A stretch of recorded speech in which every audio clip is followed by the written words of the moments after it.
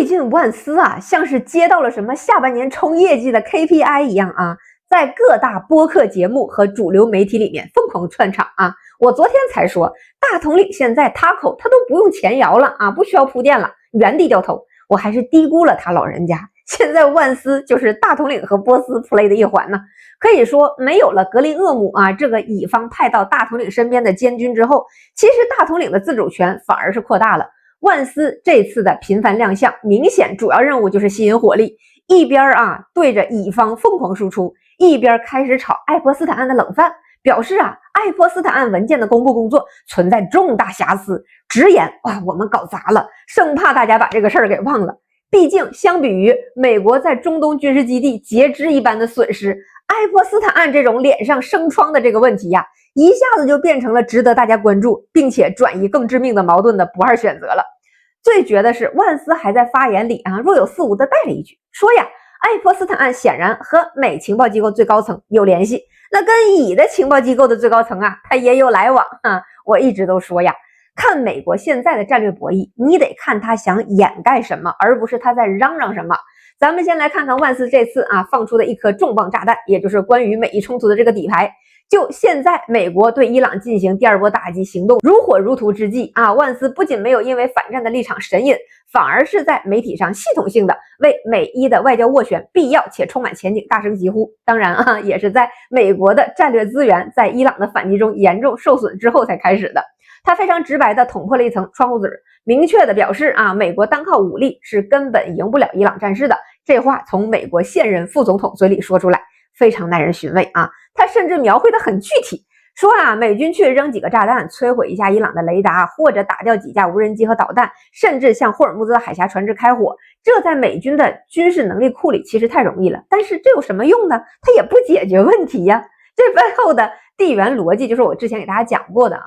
美国的军事威慑力现在陷入了一个巨大的悖论，大统领的极限施压在真刀真枪的美伊冲突里根本玩不下去因为军事打击现在只能提供战术上的爽感，根本也达不成迫使波斯屈服，美国赢得海峡控制权的这个战略目标。不仅如此，只要冲突在这个敏感区域内不断升级，霍尔木兹海峡的航运受阻，它这个风险就会直接传导到全球的能源价格上。那这对于目前急需要平抑通胀、稳定物价来保护中期选举基本盘稳定的共和党来说，那就是拿刀捅自己的大动脉嘛。所以万斯直接原话说的是，伊朗人想不想换政府那是他们自己的事儿，美国绝对不会为了这种事儿去派15万地面部队的。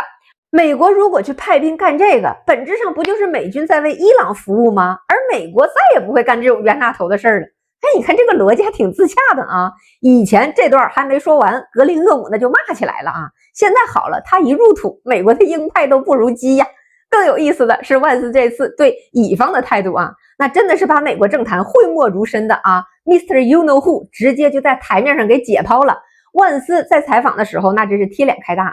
直接指控有一场形势隐秘且资金雄厚的舆论行动正在专门针对他本人推动的对伊谈判进行疯狂的攻击。这些资金的源头是谁呢？就是以内部的势力，甚至呢还通过特朗普前竞选团队的工作人员在中间做倒手。这帮人天天在社交媒体上带节奏，给媒体喂料抹黑万斯是受到了卡塔尔的影响，目的就是要破坏双方在6月份好不容易搭建起来的停火备忘录框架万斯现在深得大统领的真传，放下精英那一套，直接在节目里面就爆粗口说去死吧说自己的首要是代表美国民众的利益。他还翻出旧账，说以色列这样一个只有900万人口的国家，怎么能指望仅仅通过杀戮来解决自己面临的每一个国家安全问题呢？你看看这哪里还是那个被盟友利益绑架的美国，这简直是被中东泥潭逼到破防之后的疯狂输出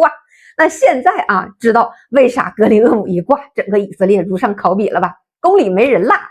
之前万斯因为主张对伊缓和，和白宫里的强硬派那是格格不入，严重失宠，那处于被边缘化的意见者的一个状态。但7月4号之后这一轮冲突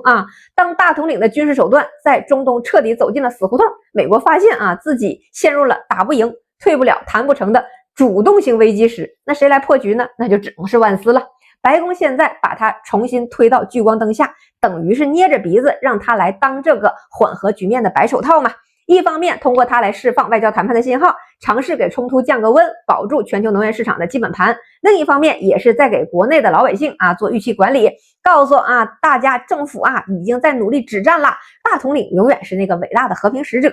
这个角色其实跟2021年之后伊朗的前总统内贾德就形成了鲜明的对比。首先同志们要知道，内贾德在2017年、2021年和2024年3次参选总统都被上面取消了资格，是一直被排斥在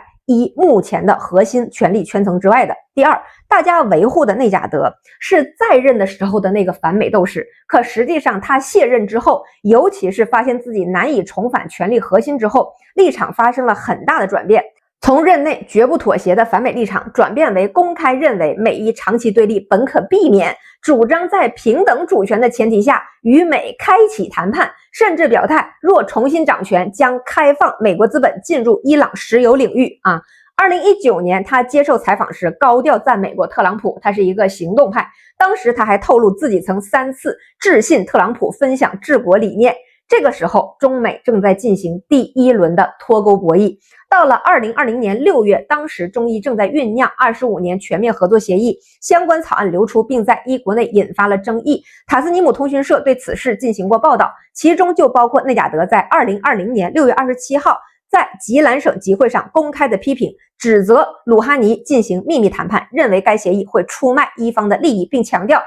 伊朗人绝不会同意秘密协议，而鲁哈尼和莱西才是我们真正的朋友。那他们恰恰是内贾德难以重回政治核心的政治对手。所以有人说内贾德不是内鬼，只是被斗争清洗。我不是太理解你什么立场呢？出于反霸权的角度，现在波斯的核心层反霸权反侵略是最坚决的。出于爱国的角度，内贾德卸任之后的立场转向，你是不是不了解呀？就跟追星一样的去追捧一个政客，还一副痛心疾首的口吻，对我失望了。实际上2021年中伊双方协议都已经签署了，内贾德还在多个场合强烈的批评。2021年5月11日，为了争取支持，他还在填写总统竞选这个表格的现场继续抨击这个协议。而那一次选举，他被所谓的内部斗争取消了资格，胜选的人是我们最靠谱的伙伴莱西。饭圈就够让人无语的了搞政治饭圈真的是不知所谓。同时内贾德卸任之后再也没有公开表达过任内那种要消灭乙方的这种表述，而且公开声援乌克兰。2024年初，内贾德曾经2次访问布达佩斯，期间在卢多维卡公共服务大学演讲，而该大学是欧尔班政治和意识形态的大本营之一。欧尔班和特朗普的关系大家都是了解的。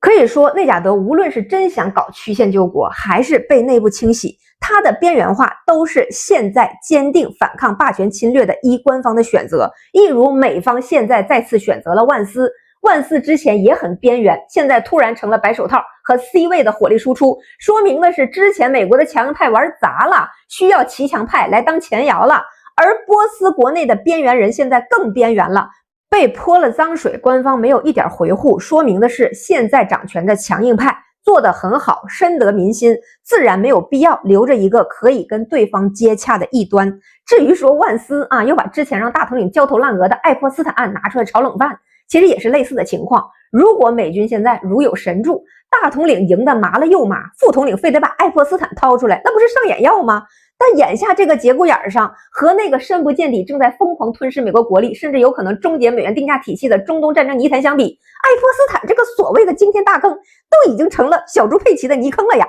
中东这场消耗战的政治代价已经远远超过了一场国内权贵的性丑闻。当美国的航母编队在波斯湾尴尬地维持着无法变现的威慑力，当全球的工业原材料因为美国无法提供安全保障而断供，当美元的物上担保被一场代理人的战争慢慢拆解的时候，白宫的策略就是赶紧指着国内的这个曾经让大家觉得不可饶恕的小坑，大声的对老百姓说，大家快来看呐，我们在这个事儿上确实犯了错，这里头还有以色列和咱们情报机构的惊天大瓜呢大家快来关注这个吧。就是这么个事儿，用一个充满猎奇和阴谋论色彩的国内丑闻去掩盖一场具有历史转折意义的海外战略失败吗？这才是万斯7月密集发生的真实底色。从当年全民期待爱泼斯坦案的真相，到今天政府主动把爱泼斯坦案当成吸引火力的挡箭牌，这种议题权重的滑稽反转，恰恰折射出了美国现在战略困境有多么的深重啊！对于现在的美国来说，国内的体制性黑幕虽然难看，